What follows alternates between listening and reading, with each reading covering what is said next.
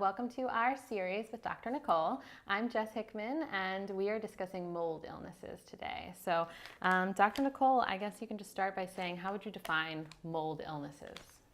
Yeah, I think this is actually really important to decipher between mold as well as mycotoxin illness, especially because mold is one of those things that you're not going to always see it. You're not always going to know it's in your environment because it's usually in places that we're not necessarily looking or we can't see in general, aka behind walls, within the ducts and ventilation systems of our homes, or sometimes even in crawl spaces, but many of us have our forced hot air coming from the crawl space, like carrying some of these toxins upstairs.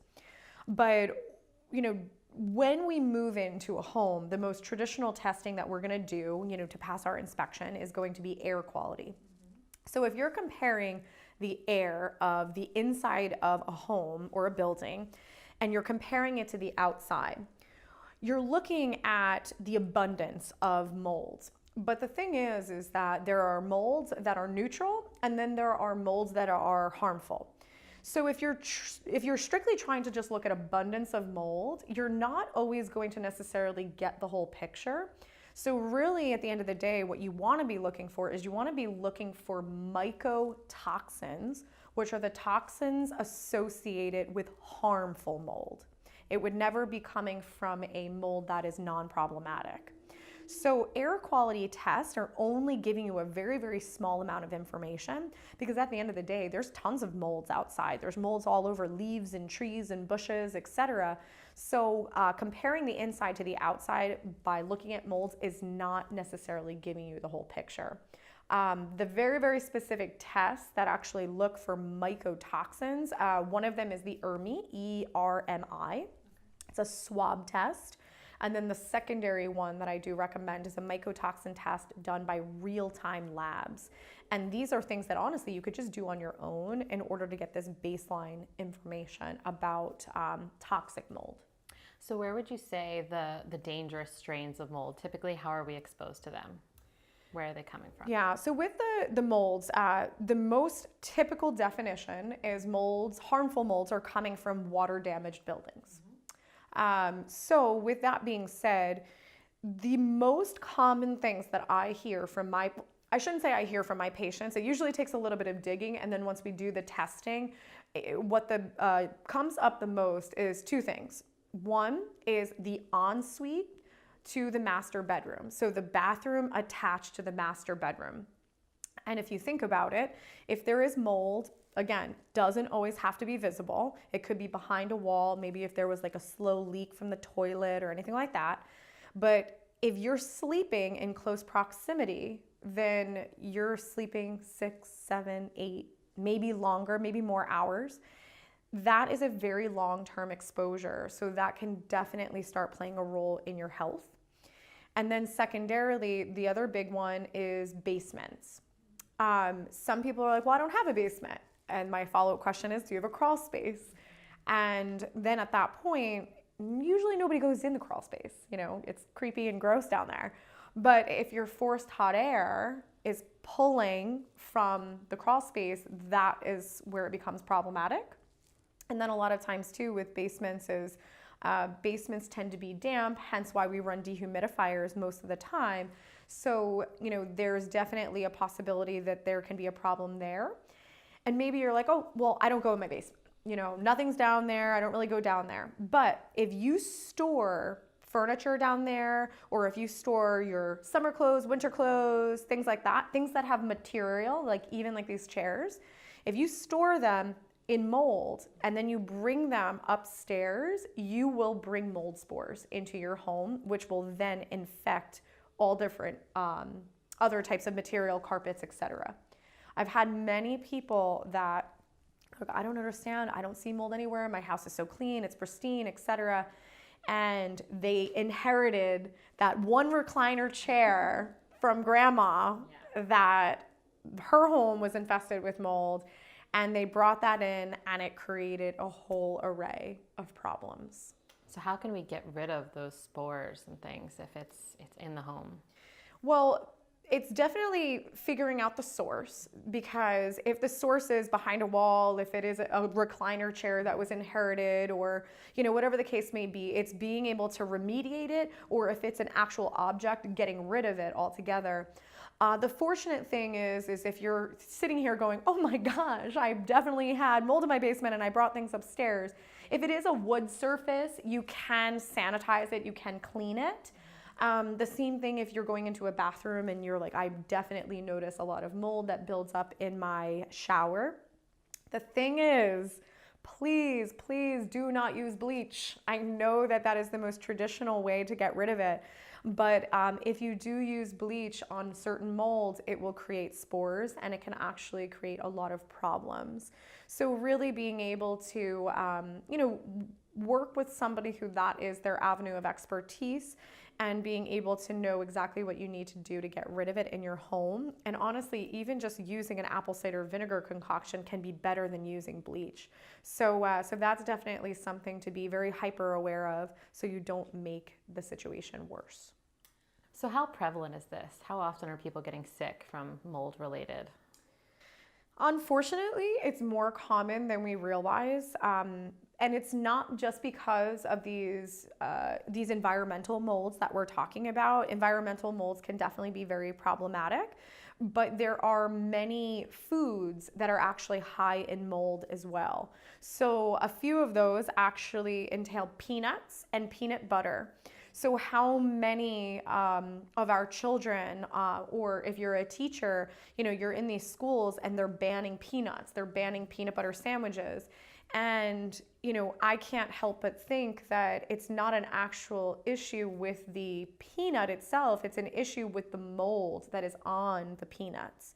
Because peanuts actually are contaminated with a mycotoxin, which is called alpha toxin.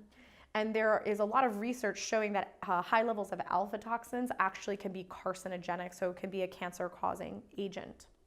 So peanuts and peanut butter, if you have an allergy to those, if it's come up just based off of symptoms, or if it's come up in actual testing, you really want to get yourself checked for mold. The other thing too is if you have an allergy to penicillin, amoxicillin, ampicillin, any of those psyllins, antibiotics, you are more than likely have also been exposed to mold, because penicillin is made from penicillium, which is mold. Other foods though is a lot of our grains and wheat. So wheat, gluten, breads, pastas, but even our rice, quinoas, a lot of those foods can be higher in their mold content. So again, if you're eating those and you're noticing you're getting bloated, you're getting irritated, you're getting brain fog, you might actually have a mold problem. So that's a couple of things to really keep on the radar, because they can help decipher if you might be dealing with an actual mold issue. So how long do I have to be exposed to mold in order to have issues? Good question. So I guess one disclaimer I should make is mold will affect everyone very, very differently. So as an example, I think when we think of mold, we automatically think of maybe some sinus issues or maybe respiratory issues. And it's like, okay, if I don't have that, then no, I'm fine. I probably don't have any issues with mold. But when it comes to females, one of the biggest things that we see with mold is actually interstitial cystitis, which is bladder pelvic pain, history of urinary tract infections. And then when it comes to hormones, polycystic ovarian syndrome, so pretty much cysts on the ovaries, in addition to higher testosterone. So women might not know if their testosterone is high, but if you have a lot of hair growth, you're that person that's like, I desperately need laser hair removal. And if you're Italian or Spanish, then I get it. But that actually might be an indicator your testosterone is raising, which is one of the most common things that happens to women that have been exposed to long-term mold. And then what's kind of funny is that with males, they will have a tendency for their estrogen to go up and testosterone to go down. So they might notice that they have a little belly fat. They might notice that they're not able to stay very muscular and toned. And the other thing is it for both males and females, it impacts the urinary system tremendously. You're going to be urinating frequently. You're going to feel overly thirsty. You're going to never feel hydrated because you're losing all of your electrolytes through your urine. And then you also might notice an odd buzzing sensation in your body. I always ask my patients and I say, do you ever get a buzzing sensation kind of like when your cell phone's on you and it vibrates? But then you realize it's not your cell phone. And people are always like, they look at me like, how would you know that? And I'm like, well, it's not in your head. It's actually happening.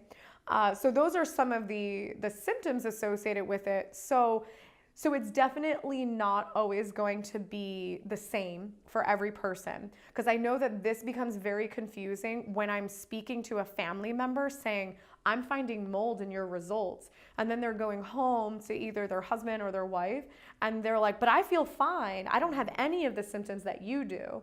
So it's very, very important to understand that it can manifest quite differently. But also, you asked about, how long can the exposure be? That actually depends on someone's genetics, and it depends on their detox pathways.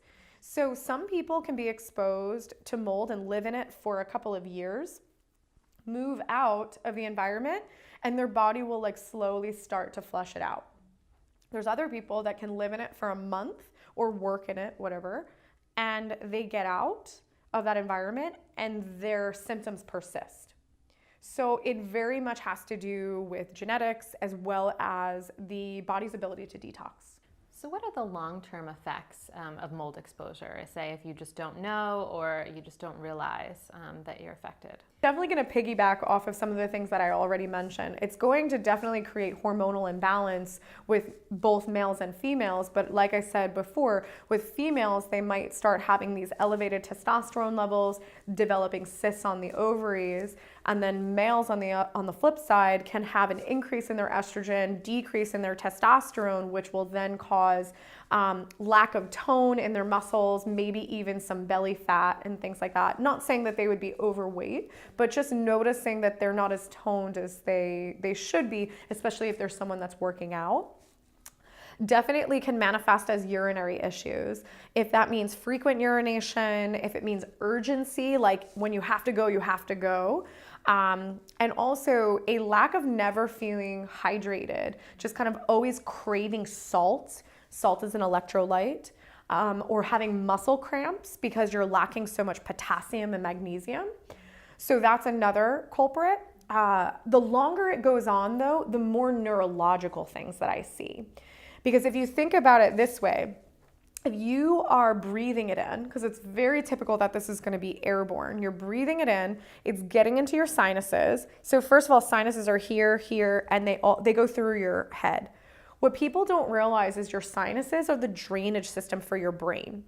So it's always helping to protect your brain. So if you're getting exposed to something that's gunking up your sinuses, maybe you're not congested all the time because you're so used to it. But it's going to start creating some level of brain fog. You might get random numbness and tingling in your hands, but you'll be like, oh, maybe I slept wrong, and kind of brush it off. But also you can start to have almost like rheumatoid arthritis type symptoms. You get a lot of swelling in your hands, swelling in your feet, and then occasional numbness, tingling as well. So can you talk a little bit about how we treat mold illnesses here at IWG? Yeah, of course. So with mold, it's very rare that we're working with somebody who solely has a mold issue and nothing else.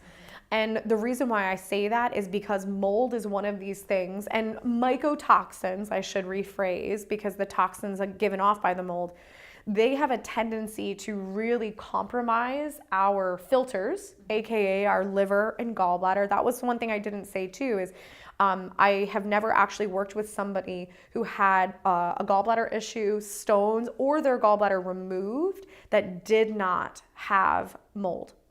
So that is one of the big things that it does, is it gunks up your liver. And because your liver and gallbladder are connected, it's going to affect your gallbladder more because your liver is giant, gallbladder is tiny. So that is another big part of it. So I'm going to normally see that the filters are gunked. So tonsils, very much affected by mold, thyroid, lymph nodes. So a lot of people have neck pain, and if you press, a lot of their soft tissue hurts. They'll usually have issues with the spleen, and they'll usually have issues with their liver and gallbladder as well. So they're going to have a lot of congestion in the body. So it's helping them to get all of that moving, flushing all of that out. And then in addition, because their immune systems will be so compromised by this, they tend to also get bacterial infections or maybe parasite infections, and it ends up just being a big old party. So we want to not only get the filters cleaned out, get the body detoxing again, but we also want to make sure that we are addressing any additional co-infections that might be happening as well. Okay. So how would we support them in that way? How do we support their body while they're detoxing? We have, so many different avenues we can go in our practice because we do have our detoxification spa. So I do find that many people that come in and through their diagnostics, we find that they have mold exposure. They do very, very well with infrared saunas. They do very well with the ion cleansed foot baths because it's draining these toxins from their tissues. And then we usually make sure that we're using various binders, liver support and gut support to really flush all of this out from a physiological standpoint. So we really want to make sure we're supporting liver, gut, and all of the lymph nodes of the entire body to be really, truly successful with getting it out of the system. Great. Well, thank you, Dr. Nicole. This was very informative, and we'll see you guys for our next edition of our series. Until then, until next time.